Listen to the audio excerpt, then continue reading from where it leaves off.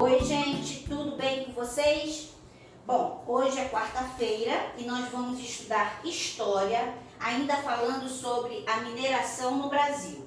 Vocês vão abrir o livro na página 250 e colocar a data de hoje, né? Hoje são 13/5.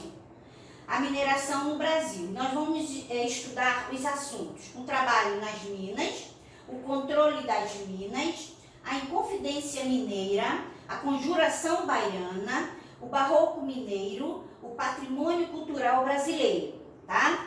Então, vamos lá, página 250, prestando atenção. Vamos falar sobre o trabalho nas minas. A extração do ouro nas minas era feita por vários trabalhadores. A maioria deles eram pessoas escravizadas, que trabalhavam por muitas horas em condições precárias, o que colocava em risco permanente sua saúde e sua vida. Então agora vocês vão observar alguns detalhes da gravura que aparece aqui. Então essa gravura aqui, gente, eu quero que vocês prestem bem atenção. Olha só, essa gravura aqui, ela representa os mineradores escravizados, e eles passavam muitas horas com as pernas dentro d'água, em longas jornadas de trabalho.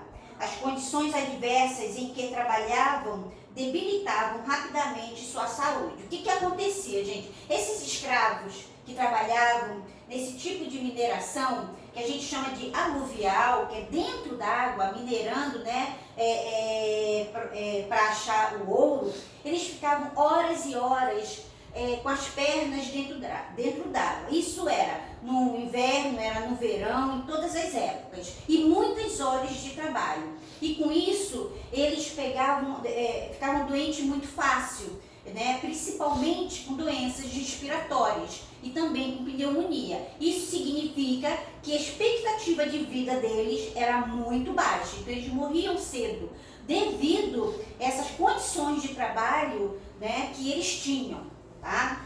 Nessa segunda imagem, na B, aqui, são os escravos que trabalhavam em túneis abertos somente quando o ouro nos leitos dos rios se esgotava. Então, quando o ouro daqui, que trabalhava aqui nos rios, começava a se esgotar, né, esses trabalhadores, esses escravos, começavam a escavar, vamos dizer assim, as encostas para achar o ouro. E o que acontecia, gente? Muitas vezes havia desabamento, então muitos morriam também, tá? E aqui na imagem C, está mostrando os feitores, né, que eram homens livres, encarregados de fiscalizar o trabalho dos escravos nas minas. Esses feitores, gente, eles ficavam fiscalizando o trabalho dos escravos. E os escravos, eles trabalhavam diretamente sob a vigilância desses feitores. E quando acontecia alguma coisa, né, se eles fizessem alguma coisa errada, eles eram castigados. E o castigo era muito severo. Então, como esses escravos, né, eles sofreram, né, trabalhando muitas horas dentro d'água, sofreram muitas vezes com desabamento e sofriam também quando acontecia alguma coisa errada, eles eram castigados, tá? Na imagem D, representa a bateia, que é isso aqui, olha, essa parte daqui, tá? É a bateia que era utilizada para separar o ouro da areia e também do cascalho. Esse instrumento foi introduzido no Brasil pelos africanos escravizados. O que acontece? Esses africanos aqui, quando eles vieram da África, eles já eram acostumados a fazer esse tipo de trabalho. Então, no caso, essa ideia da bateia, a introdução foram deles, né? Eles que partiram para esse material de trabalho para facilitar a vida deles, porque eles já conheciam essa técnica, tá bom? Bom, continuando. Agora a gente vai ver o controle das minas, tá? A exploração das minas era controlada por Portugal, que tinha como objetivo arrecadar o máximo de riqueza possível por meio da cobrança de impostos, como eu sempre venho falando com vocês, né? Cada vez mais a coroa portuguesa cobrava impostos de tudo que saía aqui do Brasil, tá bom? E aí o que ela fez, gente? Para pagar menos impostos, muitas pessoas passaram a contrabandear o ouro, escondendo parte do metal encontrado. Quer dizer, as pessoas encontravam o ouro e começaram a arranjar um jeito de trapacear a coroa portuguesa, né? E dessa maneira não pagava os impostos. E aí a coroa portuguesa percebeu, e o que aconteceu? Ela, com o objetivo de evitar o contrabando, a coroa adotou medidas mais duras, exigindo, por exemplo, que todo o ouro extraído fosse registrado. Então aqui aparece, olha, a imagem de uma barra de ouro com registro da coroa portuguesa. Barras de ouro registradas com as marcações da coroa portuguesa. Ao se fazer o registro, parte do ouro era recolhida como forma de imposto, tá? Então, não acabou com o contrabando não, mas acabou bastante, tá? Mas mesmo assim ainda havia esse contrabando. Bom, com isso, gente, a gente vai conhecer os tipos de impostos que eram cobrados pela coroa portuguesa. Então tá aqui, ó, conheça a seguir os principais impostos cobrados pelos portugueses na época da mineração. Começando pelo quinto, valor que representava um quinto, ou seja, 20% de todo o ouro extraído nas minas, que deveria ser pago à coroa portuguesa. Então era chamado de quinto. Entradas, imposto referente à entrada e saída de pessoas e animais na região das minas. Então, se chegava uma pessoa na região das minas para também querer extrair ouro daquele lugar, né? As pessoas chegavam com animais, né? Com carroça, com mulas, com bois, com cavalos. Para entrar, tinha que pagar um imposto, sim, para a coroa portuguesa. E o nome desse imposto era entradas. Outra forma também de cobrança de imposto era chamada de captação, valor que deveria ser pago pelos senhores por escravo que era enviado para trabalhar nas minas. Então, as pessoas que queriam enviar escravos para trabalhar tinham que pagar o imposto também, que era captação, tá? E o derrama, que era confisco de bens pessoais dos devedores para garantir que todos os impostos fossem pagos. Então, vamos lá, as pessoas que não conseguiam pagar, né, os impostos da coroa portuguesa, seus bens eram confiscados e essa pessoa perdia a casa, né, perdia o que tivesse, a pessoa perdia, porque era confiscado pela coroa portuguesa, tá? Bom, agora nós vamos falar sobre a Inconfidência Mineira. A grande quantidade de impostos, a ameaça da derrama e as medidas autoritárias adotadas por Portugal geraram insatisfação entre a população mineira. Aqui nós temos a estátua de um dos líderes da Inconfidência Mineira, que foi Joaquim José da Silva Xavier, conhecido como Tiradentes, que você já conhece, né? Vocês já conhecem esse líder, né? Foi um grande líder da época da Inconfidência Mineira. Ele foi o único rebelde condenado à morte e serviu como exemplo para que outras pessoas não se rebelassem contra o domínio português. Bom, o que acontece? Desculpa, vamos continuar então na Inconfidência Mineira. Em 1789, gente, uma parte da população livre de Minas Gerais se revoltou contra a coroa e lutou pela independência e para que fosse estabelecida uma república na região. Essa revolta, né, ela ficou conhecida como a Inconfidência Mineira. Então, as pessoas que hoje Minas Gerais, né, as pessoas que viviam lá, elas se revoltaram contra aqueles imensos impostos que eram cobrados, né, pela coroa portuguesa. E o que essas pessoas queriam? Elas queriam libertar Minas Gerais da colônia de Portugal. Então queria criar uma república, queria ser livre para tomar suas próprias decisões. Mas o que acontece? O que aconteceu? A coroa portuguesa descobriu e nada deu certo. Como foi que isso aconteceu? Bom, entre as pessoas que eram contra a essa cobrança dos impostos estavam os comerciantes, fazendeiros, militares e padres. Né? Só, gente, que um desses participantes, que era contra a coroa portuguesa, traiu todos eles, principalmente traiu o Tiradentes, né? E o que aconteceu? A coroa portuguesa descobriu, muita gente foi preso, muita gente foi exilado e Tiradentes foi morto, né? Para dar exemplo para o restante que ainda por acaso se estivesse com essa ideia de querer se livrar, né? De querer formar uma república sozinha, ou seja, não queria ser mais dependente da coroa portuguesa, não queria ser mais colônia dos portugueses, tá? Bom, depois da Inconfidência Mineira, que foi essa revolta da Inconfidência Mineira, também teve a Conjuração Baiana, que também foi uma revolta. A Conjuração Baiana aconteceu aonde? Lá na Bahia, em Salvador, que era a capital, que já foi capital do Brasil, né?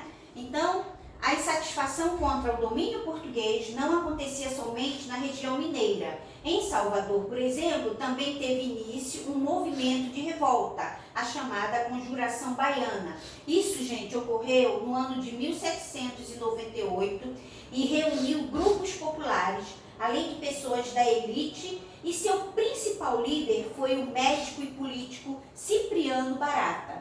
Então, lá em Minas Gerais, o líder foi Tiradentes e em Salvador, o líder Cipriano Barata. Bom, o que acontece? As reivindicações dos rebeldes incluíam o direito a salários mais justos, a libertação dos escravos e a proclamação da República. Queria que o Brasil deixasse de ser colônia de Portugal, tá? Totalmente queria se libertar de Portugal. Porém, antes que a revolta ocorresse, os conjurados foram descobertos e também não deu certo. Tá? Então, tanto na Conjuração Mineira, na Inconfidência Mineira, como na Conjuração Baiana, essas tentativas de liberdade não deram certo. Foram descobertas pela coroa portuguesa e esses líderes foram castigados, ok? Foram punidos. Bom, agora nós vamos falar sobre o Barroco Mineiro, tá? Foi muito importante na época da colonização brasileira. O Barroco Mineiro é considerado a primeira expressão artística genuinamente brasileira. Originalmente, o Barroco é uma manifestação de origem europeia que surgiu no final do século XVI. Porém, no Brasil foram desenvolvidas características próprias, como o uso de cores fortes e a representação de anjos e santos com feições afro-brasileiras nas esculturas. O que acontecia? Os artistas que vinham da Europa, né, eles se adaptaram à realidade do Brasil colônia, que nessa época existia uma população muito grande de escravos, né? Então, na hora que eles iam retratar a sua arte, eles usavam essas feições, né, afro-brasileiras, ou seja, dos escravos, tá? Bom, aí, gente, esse estilo se desenvolveu principalmente em Minas Gerais, durante o período da mineração, e nessa época muitas pessoas que enriqueceram com a extração do ouro faziam doações para as instituições conhecidas como irmandades religiosas. Essas irmandades eram associações de fiéis católicos responsáveis pela organização de rituais e pela gestão das igrejas. Além disso, promoviam o encontro de diferentes grupos sociais por meio de eventos e, com o dinheiro de doações, contratavam artistas para decorar os espaços religiosos. O que acontecia?